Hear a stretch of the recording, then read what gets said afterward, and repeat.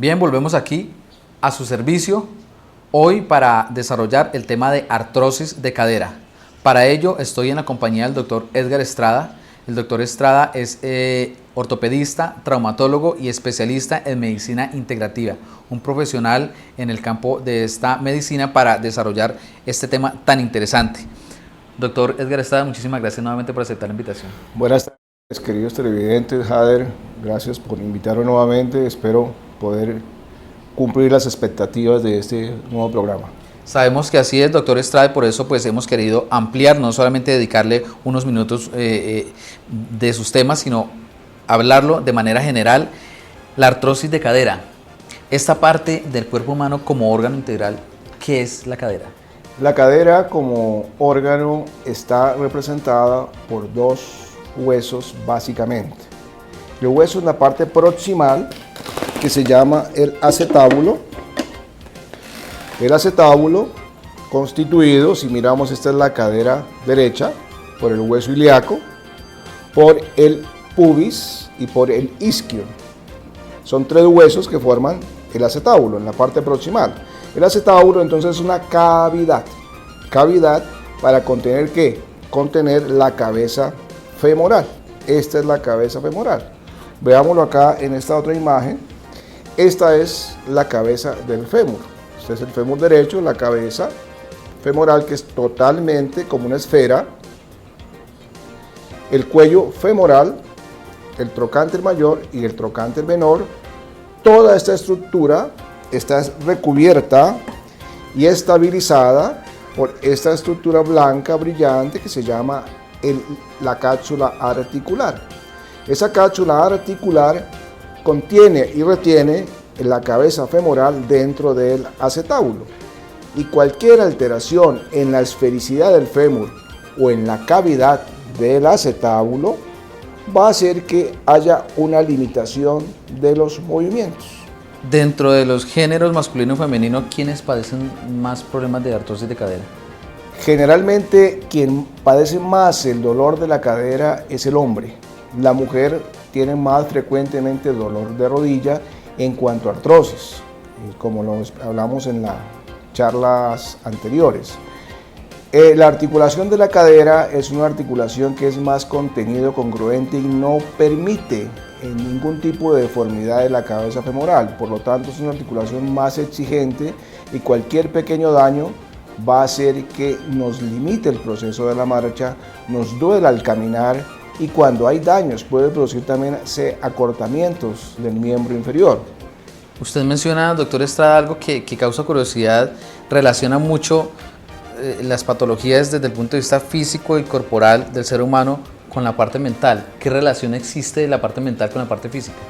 Pues toda la relación, porque es que nosotros no somos síntomas, nosotros somos seres integrales, y en la medida que mi articulación de cadera funciona mal, mi rodilla va a funcionar mal, mi tobillo va a funcionar mal, y probablemente está asociado a un proceso inflamatorio crónico que viene de otra parte del cuerpo, de hígado, de riñón, de los miedos de la vida diaria, de la responsabilidad de la vida diaria, de la incertidumbre de la vida diaria, el miedo a perder el trabajo, el miedo a no tener el trabajo, el miedo a perder la familia, el miedo a no tener la familia, el miedo a levantarme cada día porque la incertidumbre de lo que pueda pasar no me deja avanzar hacia adelante. Y todas las articulaciones son elementos de marcha hacia adelante. ¿La parte genética tiene que ver con algo, el cargar mucho peso? ¿Qué otras causas podemos hablar referente a ello?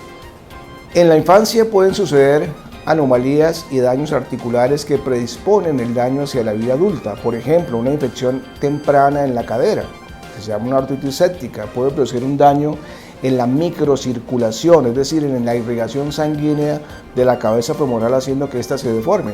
O más adelante otra enfermedad que se llama la enfermedad de Pertes, que produce un daño y deformidad en la cabeza femoral, donde la cabeza femoral pierde esa esfericidad y permite entonces que ya al no ser esférica, pues que el continente, es decir, el acetábulo, no le permita girar de igual manera.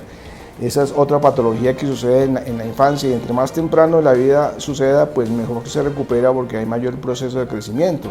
Hacia la edad de los 12, 14 años, cuando tenemos el crecimiento rápido, si somos si hay niños obesos, pesados, van a tener también una patología que se llama una epifisiolisis, que es que el núcleo de crecimiento de la cabeza femoral se desliza, se cae y va a impedir entonces el movimiento.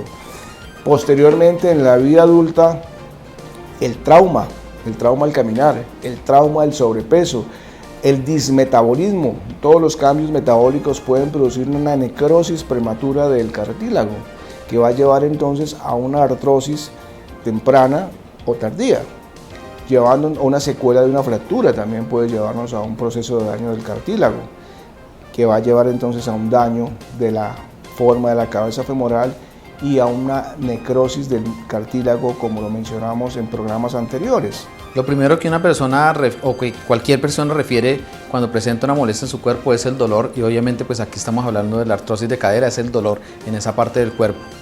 ¿Qué otros síntomas son preponderantes para una persona que padezca? El dolor puede ser un dolor que se inicia cuando se inicia la marcha. Generalmente el paciente se limita a caminar 1 o 2 cuadras y debe descansar porque el dolor se lo impide.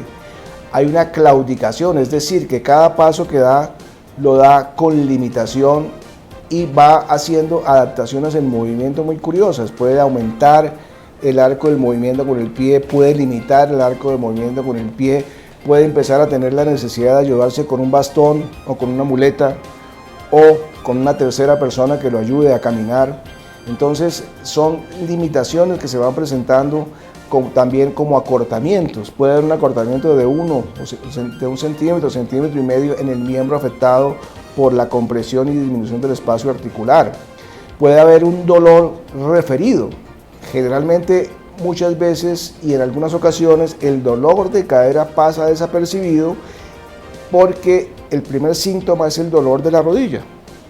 ¿Y por qué? Si lo que está dañado es la cadera, me duele la rodilla. Muy fácil, porque hay un nervio que se llama el nervio obturador que pasa en la cara interna de la cadera, que al hacer contacto con la cápsula y los músculos se inflama y se inicia en esta parte y va llegando a la parte interna de la rodilla. Entonces se manifiesta con un dolor a nivel de la articulación de la rodilla, pero realmente la patología está iniciándose en la cadera. Por lo tanto, un dolor de rodilla, debemos también examinar la cadera para no llevarnos con sorpresas, como lo he evidenciado con varios pacientes que se venían siendo tratados para su rodilla y el problema realmente era en la articulación de la cadera. La parte preventiva, ¿qué debe hacer una persona para evitar padecer de este problema de cadera? Un paciente que tiene dolor de cadera, primero hay que recordar que el dolor articular no siempre es un daño de la articulación. El dolor articular puede prevenir y provenir de patologías a distancia. Entonces la primera parte es realmente evaluar si el dolor de la cadera viene desde la cadera o es el resultado de una patología funcional a distancia. Si vemos que el daño articular viene realmente de la articulación de la cadera y no hay ninguna causa primaria o secundaria, debemos pensar cuál es el tipo de daño que tiene en ese momento esa cadera. ¿Es un problema del contenido, es decir, es un problema de la deformidad del fémur? ¿Es un problema del continente, es decir, es un problema del acetábulo? ¿Es un problema de irritación muscular? ¿Es un problema de una inflamación de la grasa que envuelve la articulación? ¿Es un problema de la irrigación de la cabeza femoral? ¿Ya hay deformidad de la cabeza femoral? ¿Qué debemos hacer? ¿Qué tan grande es la deformidad femoral? Si es grande la deformidad femoral, podemos, dependiendo de la edad del paciente, es un paciente de más de 55, 60 años, probablemente va a requerir un cambio articular en su cadera. Ya hemos hablado de parte de lo del diagnóstico, las causas, los síntomas de esta patología. La persona efectivamente se siente identificada con el tema y decide iniciar el tratamiento. ¿En qué consiste? Bueno, nuevamente, cualquier tratamiento que se haga en cualquier patología requiere un excelente examen físico y una excelente entrevista.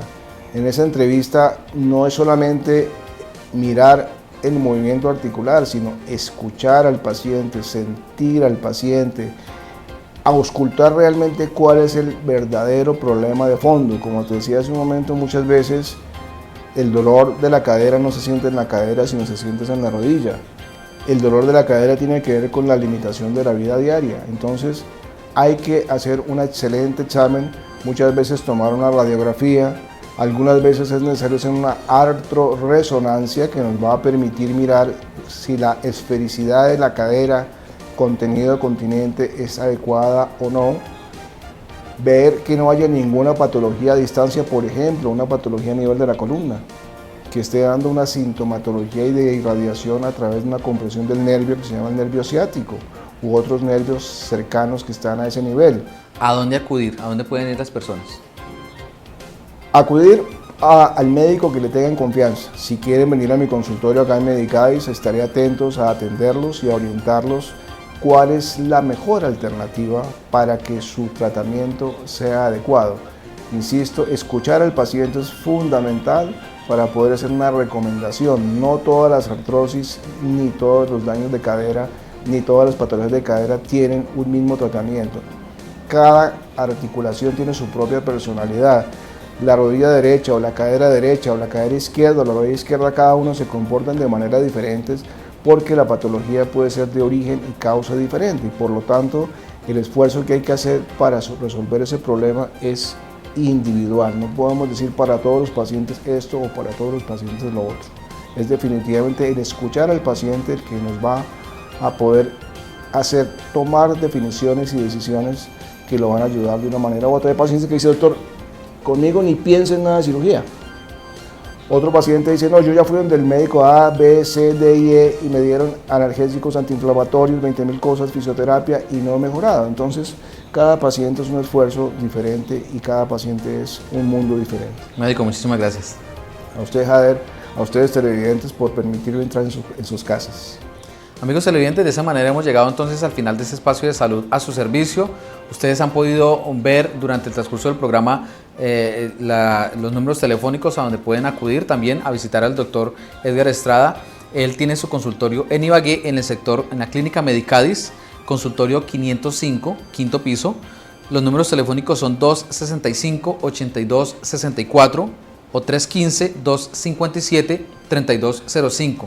Quienes nos vean a través de las redes virtuales pueden ubicarlo también en Bogotá, en el sector de Chicó. La dirección allí es calle 98, número 9A45, consultorio 402, también con las mismas líneas telefónicas que ya les hemos mencionado y que ustedes han podido ver en la parte inferior de sus pantallas.